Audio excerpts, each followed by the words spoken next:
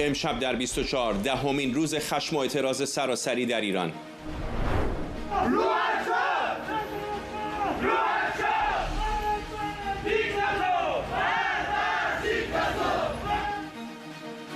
نیروهای حکومتی با گاز اشک‌آور و تیراندازی مستقیم به معترضان حمله کردند. بازتاب احتمال حمله آمریکا به جمهوری اسلامی در رسانه‌های جهان همزمان با اعتراضهای سراسری. فوربس از احتمال اعزام ناو هواپیمابر به منطقه خبر داده. شاهزاده رضا پهلوی گفته ایران در لحظه سرنوشت سازه و او آماده هدایت گذار دموکراتیک مسالمت‌آمیز و همگرایی همه نیروهاست. و با موج جدید تورم دلار با عبور از 147,000 تومان رکورد زد. همزمان کارشناسان میگن بحران اقتصادی و تداوم اعتراضات تهدیدی جدی‌تر از گزینه نظامی برای بقای رژیم. از استودیوی ایران اینترنشنال این 24 است با فرداد فرهزاد. بینندگان ایران اینترنشنال در ایران و سراسر جهان سلام و وقت بخیر. در روز سه‌شنبه 16 دی ماه اعتراضات و اعتصابات سراسری در ایران وارد دهمین روز شده. در تهران بازاریان بازار بزرگ، یافت‌آباد، مولوی، لاله‌زار و چندین منطقه دیگه مغازه‌ها رو بستن و با شعارهایی مانند مرگ بر دیکتاتور، جاوید شاه و ایران میمیره، ذلت نمیپذیره به خیابان‌ها آمدن. نیروهای حکومتی با گاز اشک‌آور، تیراندازی مستقیم و تجهیزات سنگین به معترضان حمله کردند، اما کسبه و شهروندان عقب نشینی نکردند و شعار بیشرف سر دادند.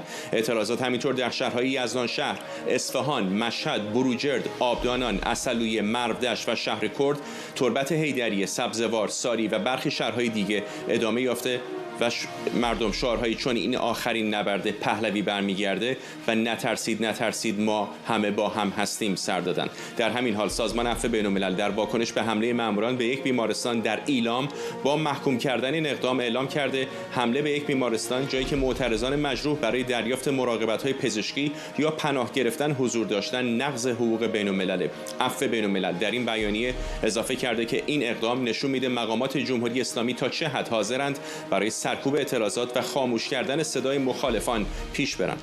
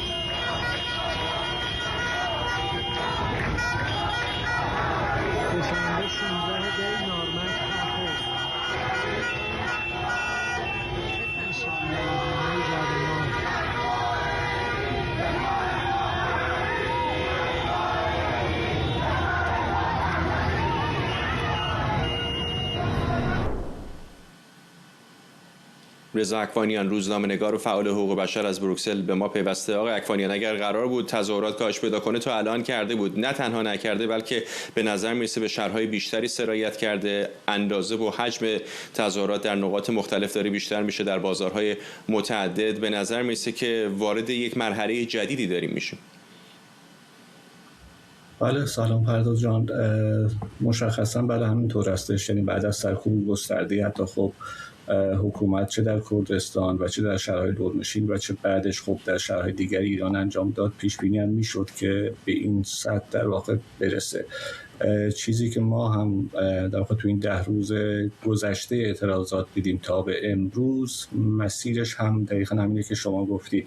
یعنی روزهای اول خب ما دیدیم که جرقش از تهران زده شد، از خیابان و دانشگاه و اعتصاب و تعطیلی، خب که مغازه اونجا رقم زده بودن، حالا با انگیزه اقتصادی، ولی خب به سرعت، درسته که تهران شروع کننده اعتراضات بود ولی استمرارش به باقی شهرها کشیده شد و خیلی زود کانون این اعتراض از مرکز ایران عبور کرد و رفت سمت ابتدا خب شهرهای لرنشین، حضوری که خب اونقدر گسترده بود و پیوسته که توی فضای عمومی تعبیری حتی من دیدم جا افتاده بود توی فضای مجازی، میگفتن که لرها میز ایران رو حساب کردن. بعدش حالا با ورود پررنگ و چشمگیر شهروندان کرد ایران که در واقع به نوعی اومدن اعتراضات رو تقویت کردن، این تعبیر سمت اونها رفت و در واقع اومدن گفتن که کردها و لرها سهم میز ایران رو دیگه حساب کرد بودن. به سرعت خب این دامنه موج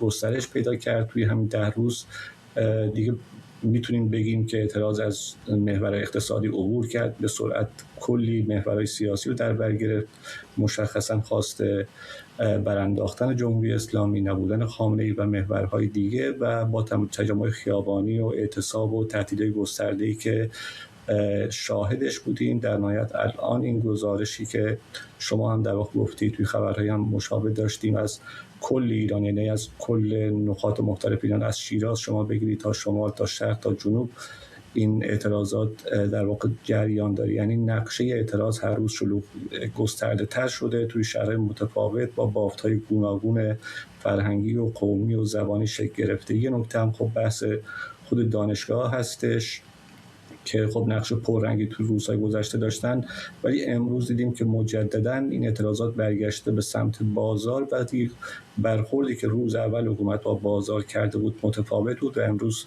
به شدت سرکوب رو به خصوص حتی در مورد بازاریان گسترده کردن، به شکل وحشیانه‌ای باشون برخورد کردن.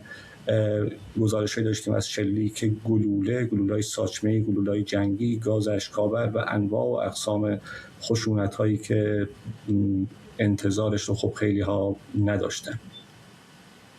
یک موضوع دیگری که بسیاری رو متأثر کرده تا اندازه که حتی سازمان عفو بین‌الملل اون رو اقدام علیه قوانین بین‌المللی توصیف کرده، حمله به بیمارستان‌ها هست. یک مورد هم نیست، اول ایران رو داشتیم، بعد هم حالا انداختن گاز اشک‌آور در بیمارستان سینا در حسن آباد تهران. چه نشون میده این به ما در مورد روی کرده حکومت در سرکوب اعتراضات؟ این فرض جان در زمینه سرکوب، یعنی ما توی 47 سال اخیر، یعنی از روزی که جمهوری اسلامی اومد سر کار، این سرکوب رو به شیوه‌های مختلف انجام داده بود. حتی امروز من داشتم بهش فکر می‌کردم حین کارم که چه جنایت‌های جمهوری اسلامی رقم زده توی این 47 سال که ما هر بار تعجب می‌کردیم، می‌گفتیم مگر می‌شود یک گروهی از انسان‌ها در یک کشوری هموطنانشون رو چنین انسان نشمارن و اونها شلیک بکنن، اونها رو سرکوب بکشن و سرکوب کنن و بکشن. یعنی مامورا اومدن، خب ما دیدیم توی بیمارستان توی ایلام، توی رفتن اونجا، خب گاز اشک‌آور زدن، گلوله شلیک کردن تو حیاط بیمارستان خمینی همون شهر. در واقع خود خمینی که خب ما میدونیم سرکوب دهه 60 رو، اونجا درها رو شکستن، داخل اتاق‌ها یورش بردن، با باتون به کسایی که توی بیمارستان بودن حمله کردن، مجروحان، کشته شدگان خب اونجا بودن، بچه‌ای که توی ملک شاهی کشته شده بودن اونجا، حتی پرستارا و شهروندان معترضی که نگران بچه‌هاشون بودن توی بیمارستان بودن با مامورا درگیر شدن. حالا شما اشاره هم کردید، نمونهش خب همین امروز رسید به تهران توی جنایت دیگه‌ای که شبیه همین که عفو بین‌الملل در واقع مثال زده بود، و رفتن توی بیمارستان سینا توی حسن آباد. اونجا هم با صدای تیراندازی اومد، گزارش‌هایی از پرتاب گاز اشک‌آور ما داشتیم داخل خود بیمارستان و معترضان هم خب توی کوچه‌های اطراف علیه حکومت شعار مرگ بر دیکتاتور میدادن و خود مأمورایی که عبور می‌کردن به وضوح شنیده میشد که میگفتن بی‌شرف. ولی همزمان باش بعد از ساعتی دیدیم که این گازهای اشک‌آور رو توی محیط‌های سربسته دیگه‌ای حتی خب انداختن، یعنی داخل ایستگاه مترو، داخل پاساژ، یعنی فضاهای بسته. ما میدونیم خب ملک شاهی رو بحث تیراندازی با گلوله جنگی و سرکوب خشنی که اونجا انجام دادن و نهایتاً امروز که دوباره مردم برگشتن خیابون حتی تو شهرهای کردنشین و نشون دادن که حکومت به خواستش نرسیده، مقابلش در واقع ایستادن و همین واکنش‌های بین‌المللی که شما اشاره کردیدم خب ادامه همون وضعیت هستش. همچنان که دیدیم الان 7 حزب کردستان برای فردا فراخوان اعتصاب سراسری داده. حالا این در واقع به نظرم باید گفت که به نوعی نتیجه همون سرکوب گسترده هستش که در ملک شاهی انجام دادن و عفو بین‌الملل و همینطور امریکا حتی خب اون رو جنایت علیه بشریت خوندن. ممنونم از شما رضا اکوانیان، روزنامه‌نگار و فعال حقوق بشر از بروکسل بلژیک با ما. در حالی که اعتراضات سراسری و بحران عمیق اقتصادی در ایران ادامه داره، تنش میان تهران و واشنگتن وارد مرحله‌ای کم سابقه شده. دونالد ترامپ با تهدید به اقدام سخت علیه ایران احتمال مداخله نظامی آمریکا رو دوباره به صدر اخبار برگردونده. رسانه‌های آمریکایی از جمله فوربس از بررسی اعزام ناو هواپیمابر به منطقه خبر میدن که نشانه‌ای از افزایش آمادگی نظامی واشنگتن دونسته میشه. همزمان مقامات ایرانی از یک سو بر برخورد با معترضان تاکید میکنن و در سوی دیگه پزشکیان از ناکارآمدی و ضعف‌های سیستم میگه. شورای دفاع جمهوری اسلامی هم نسبت به اقدام پیش دستانه هشدار داده. خبرنگارمون اردوان روزبه از استودیوی دیگر ما در واشنگتن به ما پیوسته. اردوان، میزان تحولات بسیار زیاد هست و زمزمه ها در مورد تغییرات نیروهای آمریکایی در منطقه هم بسیار زیاد. ببین مسئله خیلی مهم اینه که آن چیزی که روی زمین داره اتفاق میفته دیگه به نظر میاد که از تئوری خارج شده. بسیار از گمانزنی ها الان حاکی از این هستش که نیروهای دلتا محل استقرار خودشون در نزدیکی مرز سوریه و عراق دارن تثبیت میکنن. بخشی از هواپیماهای پیکر آمریکایی وارد خاک اروپا شدن و حالا فوربس در واقع این رو به شکل عملیاتی روی نقشه داره میاره. اون داره توضیح میده که به چه علتی این عملیات شدنیه و اون اشاره میکنه به عملیاتی که هواپیمای B-2 آمریکایی انجام دادن و عملا در عملیات چکش نیمه شب از یک پایگاه در آمریکا به طور مستقیم وارد خاورمیانه شدن و عملیاتشون انجام دادن و برگشتن. در نتیجه فوربس بر این باور هستش که اگر در حال حاضر ایالات متحده آمریکا تهدید به انجام عملیات نظامی داره میکنه در پی اعتراضات مردم و کشتن اونها توسط دولت جمهوری اسلامی، پس این امر غیر ممکنی محسوب نمیشه. البته به جزئیات بیشتری هم پرداخته، این که در حال حاضر بسیاری از ناوهای هواپیمابر آمریکایی یا در برگشت به خاک آمریکا هستند یا مأموریتشون باید تمدید بشه و در نتیجه تاکید کرده گفته دست کم 2 ناو الان میتونه آماده عملیات باشه که تئودور روزولت و ابراهام لینکلن خواهد بود.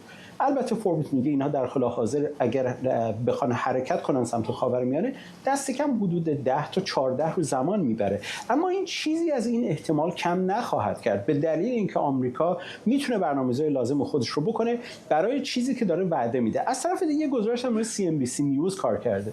در CNBC نیوز تاکید بر این هستش که آن چیزی که ترامپ گفته به نوعی میشه گفت کلیدواژه عملیات بعدی میتونه باشه که آمریکا علیه جمهوری اسلامی بخواد انجام بده، چرا که حالا بعد از افزایش سطح میزان حضور مردم و در واقع سطح کیفی و کمی تعداد شهرهایی که درگیر هستن، در این گزارش ذکر شده دست کم خود این رسانه 250 شهر رو تایید میکنه که درگیری ها بین مردم و مامور جمهوری اسلامی داره اتفاق میفته. از جمله خود من اضافه بکنم امروز آبدانان بخش عمده از تصویر نشان دهنده است که عمده شهر در اختیار مردم قرار گرفته. CNBC نیوز داره میگه که این فرصت بسیار برای مردم ایران میتونه آمادگی اونها رو حفظ بکنه، در واقع میتونه اونها رو امن‌تر نگه داره و میتونه تحریک کننده یا تایید کننده ترامپ باشه برای اینکه اون عملیاتی که خودش گفته رو بخواد عملی بکنه. اون حضور در خیابان‌ها رو گفته به منزله یک گواهی مناسب برای اینکه اگر بخواد عملیاتی رو ایالات متحده آمریکا بر علیه جمهوری اسلامی انجام بده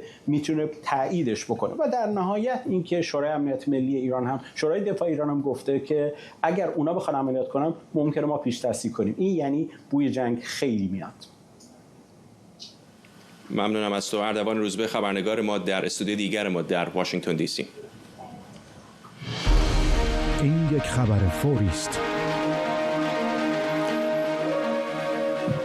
در ادامه فراخوان‌ها برای تظاهرات خبری فوری داریم. دقایق پیش در آنچه به نظر میرسه که اولین مورد از دعوتی اینچنینی توسط شاهزاده رضا پهلوی است. او در شبکه‌های اجتماعیش گفته من اولین فراخوانم رو امروز با شما در میان میذارم و از شما دعوت میکنم که این پنجشنبه و جمعه 18 و 19 دی ماه همزمان سر ساعت 8 شب به وقت تهران همگی چه در خیابان‌ها یا حتی از منازلتون شروع به سر دادن شعار کنید.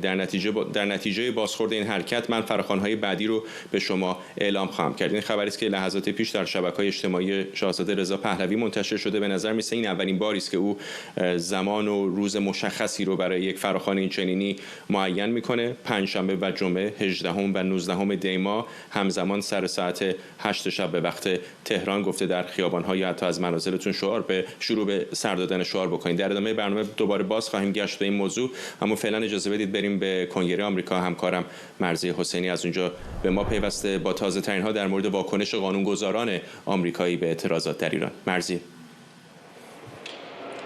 فرداد، آنچه که من از سناتورهای آمریکایی میشنوم به طور مشخص اسم میبرم سناتور ریکت، سناتور کندی و سناتور اسکات. به نظر میرسه اینا حالا دیگه هیچ مشکلی با حمله نظامی آمریکا به ایران ندارن. نه تنها مشکل ندارن بلکه نسبت به اون هشدار هم میدن. این ادبیات تازه‌ای هست. تا قبل از دور قبلی حملات آمریکا به ایران و حملاتی که به ونزوئلا صورت گرفت، واقعا معنای هر گونه حمله نظامی توسط آمریکا یادآور جنگ‌های فرسایشی مثل عراق و افغانستان بود. اما حالا آقای ترامپ بعد از این دو حمله و عملیات نظامی اخیری که داشته ثابت کرده که میتونه عملیات‌هایی رو انجام بده که از نظر نظامی با کمترین پیامد برای دولت آمریکا باشه. و این حرفی هست که توسط حتی سناتور ریکتس هم گفت ما بزرگترین ارتش دنیا رو داریم، چرا که نه؟ اگر لازم باشه که برای حمایت از مردم ایران در داخل ایران و یا مقابله با برنامه هسته‌ای ایران آقای ترامپ از این ارتش نظامی استفاده کنه، مخالفتی با اون وجود نداره. اگرچه همچنان بین جمهوری‌خواها افرادی هستن که مسئلهشون این هست که پای سرباز آمریکایی نباید بر خاک ایران گذاشته باشه و این حرفی هست که سناتور مولن از حزب جمهوری‌خواه در مصاحبه‌ای که با من داشت گفت. این مصاحبه رو ببینیم و برگردیم. در هر جایی که مردم میخوان آزادیشون رو پس بگیرن و اونو به کشوری که زمانی اونو داشتن برگردونن مثل ایران، ما ازش حمایت میکنیم. پیش از سقوط شاه در سال 1979 ایران شریک بسیار خوبی برای آمریکا بود و ما باهاش روابط تجاری و سیاسی زیادی داشتیم. من امیدوارم مردم ایران این فرصت رو پیدا کنن که بار دیگه آزادی رو احیا کنن. ما همیشه از آزادی حمایت میکنیم، نه از دیکتاتوری. درباره هر طور اقدام نظامی توسط پرزیدنت ترامپ برای تغییر رژیم در ایران چطور؟ موضوع تغییر رژیم نیست. موضوع اینه که مردم ایران حق داشته باشن حکومتی رو که میخوان انتخاب کنن. این معنای واقعی دموکراسیه. این همون آزادیه. ما همیشه از آزادی حمایت میکنیم، اما این به اون معنا نیستش که آمریکا نیرو بفرسته یا وارد جنگ بشه.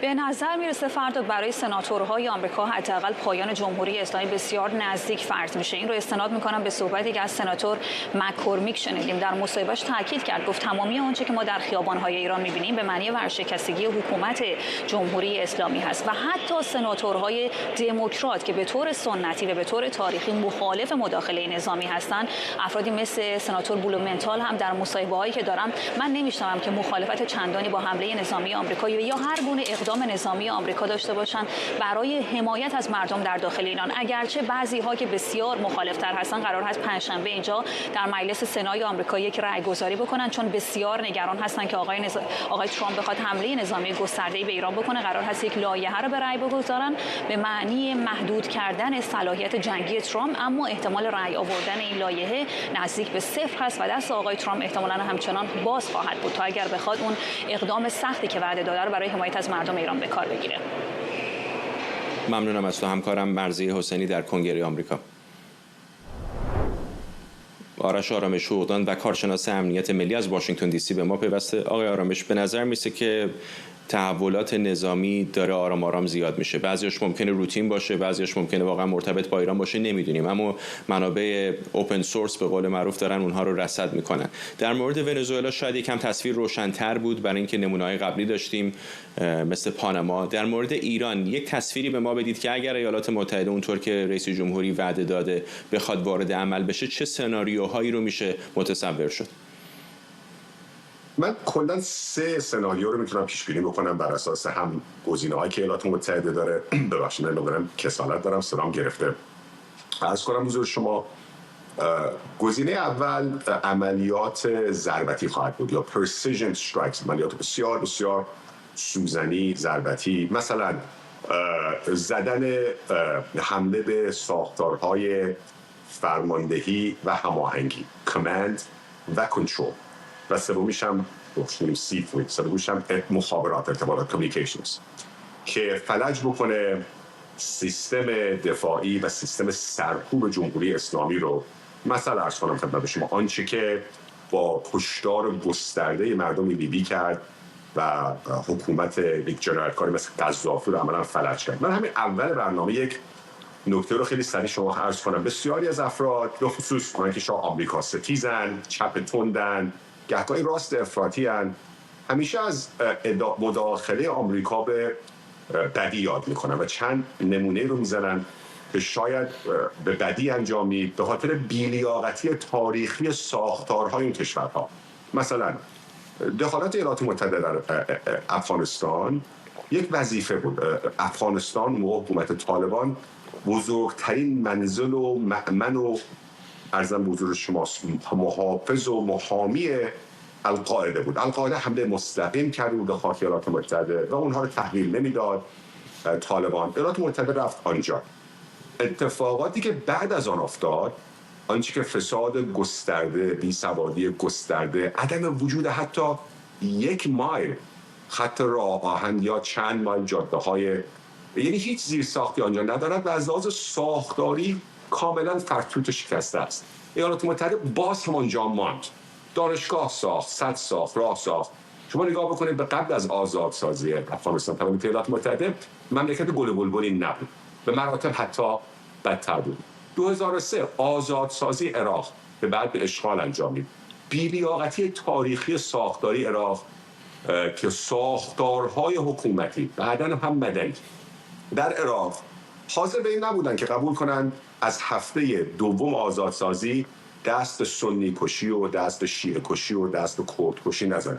شاید برای خیلی ها مهمتر بود که مملکتشون تحت در به قول معروف یوغ استبداد باشد، خونریزی باشد، ولی خدا نکرده خواهر کوچیکش رفت با مینی جوف نرفت تو خیابون. دقیقاً این اتفاقات افتاد و بعدم کشور کاملا به نافرجامی رفت. اگر عراقی ها می‌خواستند صدام حسین رو از سر کار برکنار بکنن، شاید میلیون ها عراقی کشته می‌شدن. یادتون باشه در سال 1991 میلادی که بوش پدر به عراق، به کویت رو آزاد کرد و حکومت عراق عملا محدود شده بود، موقعی که کردها در شمال و شیعیان در جنوب قیام کردن، چند ده هزار اگر نه چند صد هزار اونها رو صدام در چند هفته قلع و قم کرد. خیلی راحت میتونست 1 میلیون 2 میلیون آدم رو در ارزم به حضور شما عراق بکشه. همینطور نگاه کنید در سوریه بدون مداخله مستقیم خارجی به حمایت گسترده نیروهای ترکیه از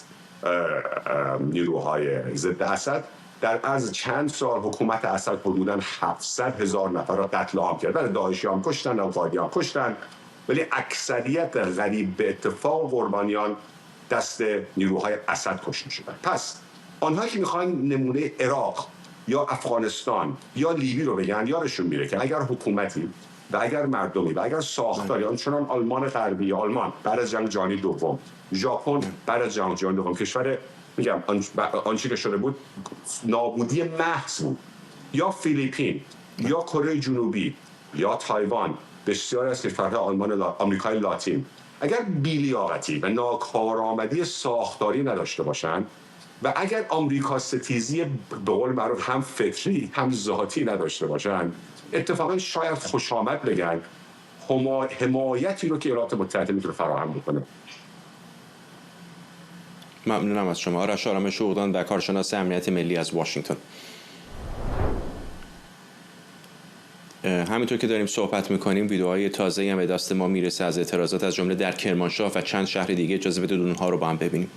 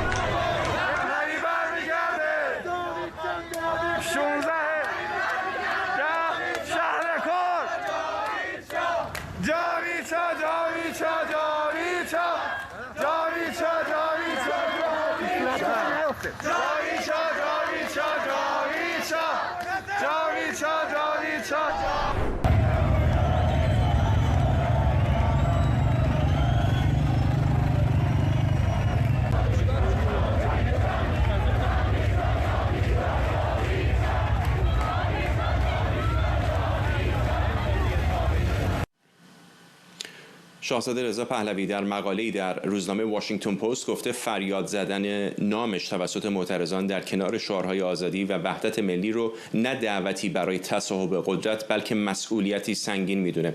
شاهزاده رضا پهلوی گفته نقش او گرد هم آوردن نیروهای متنوع دموکراتیک ایران از جمله مشروطه خواهان و جمهوری خواهان، سکولار و مذهبی، فعالان و متخصصان، غیر نظامیان و اعضای نیروهای مسلح. شاهزاده رضا پهلوی همینطور از حمایت ترامپ از مردم ایران استقبال کرده و گفته این پیام برای معترضان که با زندان، شکنجه و مرگ مواجهن اهمیت حیاتی داره و برای حاکمیت نشانه ای از این که ارعاب دیگه نمیتونه تضمین کننده بقا باشه. همطور که پیشتر هم لحظاتی پیشتر خبر فوری بهتون گفتم، شاهزاده رضا پهلوی لحظاتی پیشتر بیانیه اعلام کرده که اولین فراخوانش رو امروز با مردم ایران به اشتراک میذاره. او از همه شهروندان دعوت کرده تا روزهای پنجشنبه و جمعه 18 و 19 دی ماه همزمان رأس ساعت 8 شب چه در خیابانها و چه از منازلشون شروع به سر دادن شعار کنن. همین الان در این چند روز گذشته من از نزدیک تظاهرات و راهپیمایی شما را دنبال کردم، به خصوص امروز در بازار تهران. علیرغم سرکوب نظام ایستادگی شما ستودنی است و قطعا توجه کردید که ازدحام جمعیت باعث این میشه که نیروها پس بروند و امکان ریزش رو به سمت شما بیشتر میکنن. بنابراین مهم استش که این انضباط و گستردگی رو حفظ بکنیم. من اولین فراخوان خود را امروز با شما در میان میگذارم و از شما دعوت میکنم که این جمعه و پنجشنبه 18 و 19 دی ماه را سر ساعت 8 شب همگی چه در خیابانها یا حتی از منازل خودتون شروع به شعار سر دادن بکنید. در نتیجه بازخورد این حرکت‌ها من فراخوان‌های بعدی رو به شما اعلام خواهم کرد. همکارم سمیرا قرایی از استودیو دیگر ما در واشنگتن به ما پیوسته. سمیرا، شاید کلیشه به نظر برسه این که میگن در برهه حساس تاریخی هستیم، ولی در مورد ایران واقعا به نظر میرسه که اینطور هست. برای حکومت، برای اپوزیسیون، برای معترضانی که در خیابان هستند، با تمام پیچیدگی‌های منطقه‌ای و بین‌المللی، ورود ایالات متحده آمریکا و طبیعتاً برای خود شاهزاده رضا پهلوی که این بار به نظر نقش بسیار کلیدی‌تر هست در این اعتراضات سراسری و به نظر میرسه که تحرکات او هم دست کم در رسانه‌های آمریکایی و بریتانیایی داره بیشتر میشه. همینطوره، انگار که در یک برهه تاریخی هستیم، نقطه عطفی از تاریخ رو داریم پشت سر میگذاریم. نکته است که خود شاهزاده رضا پهلوی هم در مقاله‌ای که برای واشنگتن پست نوشته در پاراگراف نهایی به این مسئله اشاره کرده، اینکه زمانش الان فرا رسیده، حالا بهش نگاه خواهیم انداخت. در مجموع شاهزاده رضا پهلوی این روزها، این هفته‌ها نامش بیشتر در رسانه‌های جریان اصلی ایالات متحده داره شنیده میشه، حالا یا به عنوان کسی که سردمدار حرکت اعتراضی مردم هست، به عنوان رهبر مردم و رهبر اعتراضات داره معرفی میشه، یا به عنوان کسی که یکی از چهره‌های اساسی و تعیین کننده به شمار میره در بین اپوزیسیون جمهوری اسلامی. اما راجع به مقاله اگر بخوام بهتون بگم، گذشته از اون مصاحبه که روز گذشته با وال استریت ژورنال انجام دادن و بخش‌هایی که راجع به گرفتن علی خامنه‌ای بود، نظیر آنچه که در ونزوئلا دیدیم، رو بودن مادورو، بردنش با ایالات متحده، ازش پرسیدن چنین کاری رو می‌خوای در رابطه با علی خامنه‌ای اتفاق بیفته، که گفت نه، مردم ایرانند که باید علی خامنه‌ای رو دادگاهی بکنند. گذشته از اون که سر و صدای زیادی هم در شبکه‌های اجتماعی فارسی زبان کرد، امروز مقالش در واشنگتن پست بسیار حائز اهمیت هست و شبیه همون بحث تاریخی که نقطه عطفی که با هم می‌کردیم، در سطور این مقاله میشه این نقطه عطف تاریخی رو دید. بخشایی رو می‌خوام نعل به نعل بگم که خیانتی نشه در کلماتی که او استفاده کرده. گفته که این که مردم صدا میکنن من رو در خیابان، این رو دعوتی برای تصاحب قدرت تلقی نمی کنم، بلکه آن رو مسئولیتی سنگین میدانم. صدا کردن شاهزاده پهلوی در خیابان، آقای پهلوی میگه که شده به این خاطره که من رو چهره وحدت بخش میبینند برای گذار از استبداد به سوی آینده دموکراتیک. میگه که میخوام در این ظرفیت رهبری و خدمت کنم، به عنوان حاکمی نه در انتظار قدرت بلکه به عنوان امانتدار یک گذار ملی به دموکراسی جلوتر داره. 3 اصل مهم رو میگه که میگه آدم‌ها رو من دور این 3 اصل میخوام جمع بکنم. یکی حفظ تمامیت ارضی ایران هست، دیگری صیانت از آزادی‌های فردی و برابری همه شهروندان و آخری جدایی دین از دولت. ممنونم از تو. همکارم سمیرا قرایی از سوی دیگر استودیوی ما در واشنگتن دی سی. علیرضا کیانی فعال سیاسی هم از واشنگتن به ما پیوسته. آقای کیانی، اول می‌خواستم در مورد همین مقالات شاهزاده رضا پهلوی در واشنگتن پست و وال استریت ژورنال ازتون بپرسم، ولی طبیعتاً بعد اول برسم به بیانیه‌ای که همین دقایق پیش منتشر کرد او و فراخوانی داده برای روزهای پنجشنبه و جمعه 18 و 19 دی ماه رأس ساعت 8 شب به وقت ایران. اگر اشتباه می‌کنم منو تصحیح بکنید. این اولین باری است که اینقدر روشن زمان و روزی مشخص می‌کنه شاهزاده رضا پهلوی. چقدر به نظرتون حائز اهمیت خواهد بود بازخوردی که اون میگیره از معترضان؟ عرض درود و ادب خدمت ملت بزرگ ایران، خدمت شما. من صادقانه اون پیام ایشون رو هنوز ندیدم، همین الان در واقع شما پخش کردید چون سر کار هستم، ولی این که شاهزاده رضا پهلوی فراخوان خودشون رو در 1 ساعت و روز مشخص صادر کردن، به نظر من نشون میده که چه اندازه ایشون خودشون رو مسئول میبینند در قبال نیاز ملی، در قبال شرایط تاریخی، و به نظر من این فراخوان یک واکنش کاملا طبیعی از سوی چهره ملی مانند ایشون به درخواست‌ها و صداهای جامعه بود. در واقع عملی کردن یک وظیفه تاریخی و اخلاقی بود در لحظات حساسی که شما به درستی گفتید، و در عین حال خیلی هم به نظر من با دقت بود، چون ایشون دریافتن که کل جامعه ایشون رو به عنوان همونطور که خودشون میگن گزینه وحدت بخش میبینه، و این امکان ایجاد در واقع وحدت و انسجام میان جریان ها به نظر من عواملی بود که ایشون این پیام رو صادر کردن. یعنی میخوام خلاصه کنم حرفم رو، یه ترکیبی از مسئولیت تاریخی، تصمیم گیری استراتژیک و در واقع حس وظیفه ملی که نشون میده شاهزاده رضا پهلوی در لحظات حساس نقش فعال و پیشگام خودش رو در قبال انتظار ملت به خوبی میتونه ایفا کنه. آقای کیانی، در شرایط عادی هم جامعه ایران بسیار احساسی است به خاطر سرکوبی که بر اونها میره از سوی جمهوری اسلامی. در این روزهای اعتراضات سراسری هم این تنش‌ها بیشتر هست، در شبکه‌های اجتماعی هم اون رو میشه دید، گروه‌های مختلف به هم میتازند. ولی این مقالاتی که از شاهزاده رضا پهلوی به خصوص در این 2 روز گذشته منتشر شده به نظر میرسه که رویکردی مصالحه جویانه به عنوان چتری که میخواد همه گروه‌ها رو زیر خودش بگیره به اشاره میکنه به جمهوری خواهان، پادشاهی خواهان، سکولارها، مذهبی‌ها. چقدر فکر میکنید که این چتری که او داره سعی میکنه بگذاره بر سر اعتراضات پاسخ هم خواهد گرفت در بین طیف‌های مختلف ایرانیان؟ پاسخ گرفته جناب فرزاد، پاسخ گرفته. شاهزاده شما وقتی از شهرهای مختلف ایران از در واقع اقشار در واقع متفاوت دارید می‌بینید که ایشون رو صدا میزنن، می‌بینید که در واقع کسی که در زندانه، کسی که در خیابانه، در دانشگاه‌ها، دانشگاه معمن که در ایران بودم دانشگاه تربیت مدرس به عنوان یک دانشگاه خیلی محافظه‌کار سیاسی شناخته می‌شد. الان شما می‌بینید خبرنامه امیرکبیر ویدئویی منتشر می‌کنه که دانشجویان در دانشگاه تربیت مدرس میان شعارهای پهلوی گرایانه میدن، و شاهزاده رضا پهلوی هم ظرفیت منحصر به فرد خودش رو بسیار خوب میشناسه برای نقش وحدت بخش بین جریان‌های متفاوت. حالا نمیخوام بگم مخالف، چون سر اصول که بالاخره توافق وجود داره، همه سر تمامیت ارضی، سر مسائلی مانند برابری شهروندان و جدایی دین از دولت به اصطلاح توافق دارن. بین جریان‌های متفاوت ایشون ببینید هم چهره نمادین و تاریخی و بسیار محبوبیه برای ملت، و هم این که در واقع نشون داده عملکردش که میتونه این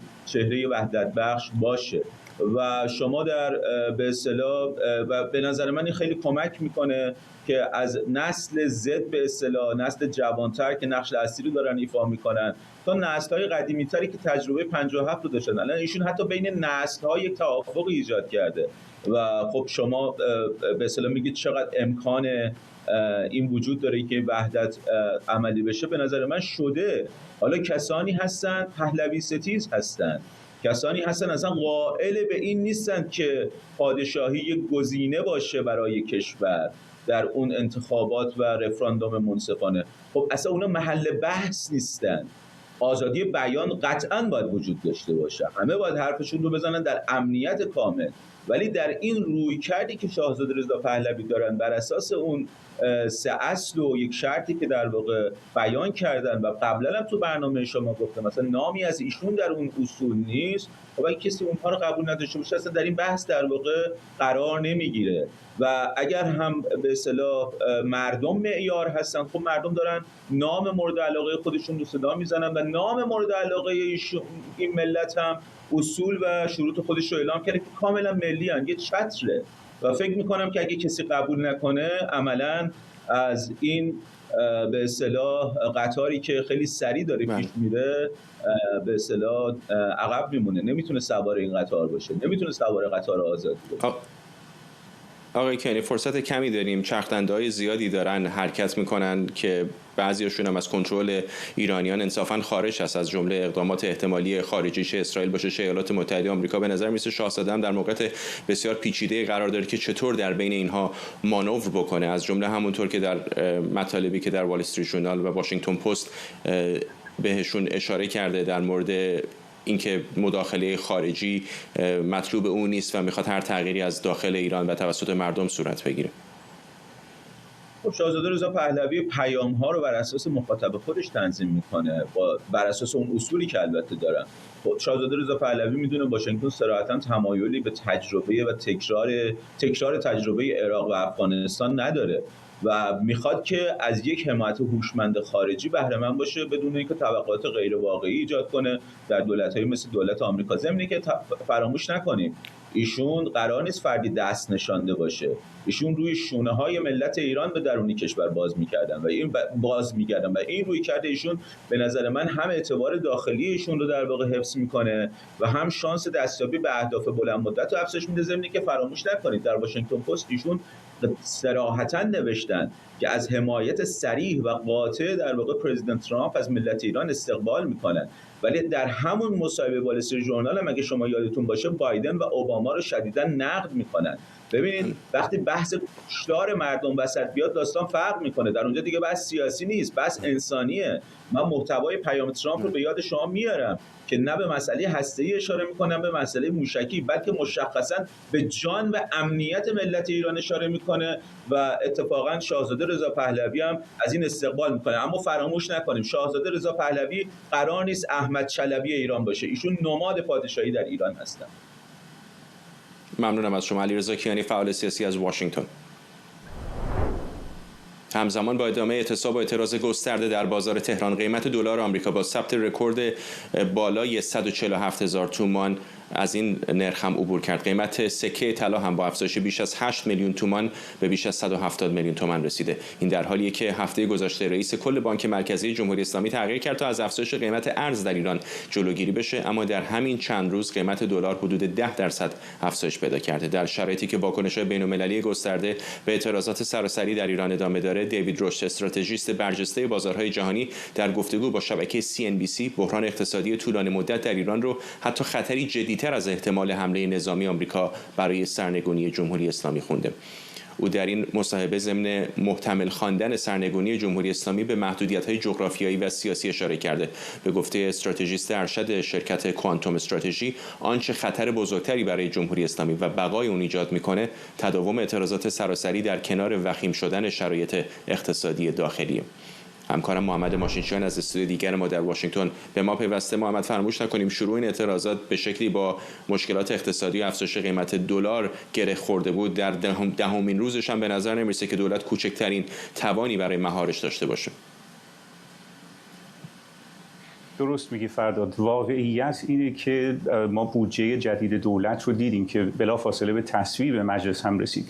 در این بودجه دولت به یک سری اصلاحات پارامتریک بسنده کرده بود، یعنی یکی دو عدد و رقم رو به مقدار خیلی جزئی تغییر داده بود و شاید خود این مسئله نگرانی ها بابت ادامه وضعیت فعلی و بدتر شدن وضع اقتصاد ایران در سال آینده رو این نگرانی ها رو افزایش داد و شاید بی تاثیر هم نبود برای برای روی این افزایش دوباره قیمت ارز.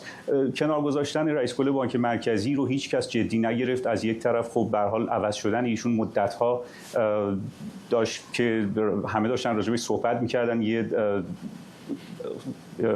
به اصطلاح رازی بود که همه ازش خبر داشتن و دوباره منصوب شدن آقای همتی هم نشون داد که قرار نیست چیزی تغییر پیدا کنه و عملاً نشانه بود از تکرار اون تجربه تلخ آقای همتی در بانک مرکزی که قبلاً مردم اون رو تجربه کرده بودند. همین الان که داریم حرف میزنیم 147 تا 600 برای لحظاتی به 148,000 تومان هم رسیده دلار. محمد، فقط میشه حدس زد که احتمالاً فردا پس فردا 150 رو رد خواهد کرد. دقیقاً همینطوره. به خاطر بیاریم که سال گذشته در یه همچین روزهایی نگرانی تنها اولویت تمرکز دولت روی این بود که دلار به 100,000 تومان نرسه. امسال به نظر میرسه که حالا پیشبینی‌های خوشبینانه و بدبینانه داشتیم، عدد روی 160,000 تومان بود تا پایان سال. با این شکلی که با این سرعتی که اتفاقات داره یکی پس از دیگری پیاپی رخ میده و با این وضعیت واقعاً بحرانی اقتصاد ایران، به نظر میرسه که 160,000 تومان خیلی زودتر از اون چه که پیش بینی میشد اتفاق خواهد افتاد و دوباره امسال اولویت نگرانی تمرکز دولت در پایان سال 200 تومانی نشدن دلار خواهد بود. متاسفانه باید بگم که معمولا چند تا عامل خیلی تاثیر میذاره. یکی ذخایر ارزی بانک مرکزی که میدونیم در آل تایم لو خیلی پایین نسبت به گذشته و دولت همیشه از این ابزار برای کنترل نرخ ارز استفاده میکرده. در شرایط فعلی این ابزار، این اهرم دیگه دست بانک مرکزی بسته است، نمیتونه خیلی زیاد خیلی خوب ازش استفاده کنه. افق درآمدهای نفتی تا پایان سال فعلی و سال آینده خیلی تاریکه. در نتیجه خلاصش اینطوری من بگم که تمام اهرم‌هایی که به صورت سنتی دولت استفاده می‌کرده برای مهار قیمت ارز الان از دستشون خارج شده. در نتیجه بعید نیست که ادامه افزایش نرخ ارز ادامه پیدا کنه از اینجا تا پایان سال. ممنونم از تو همکارم محمد ماشینشیان از استودیو دیگر ما در واشنگتن دی سی با ما.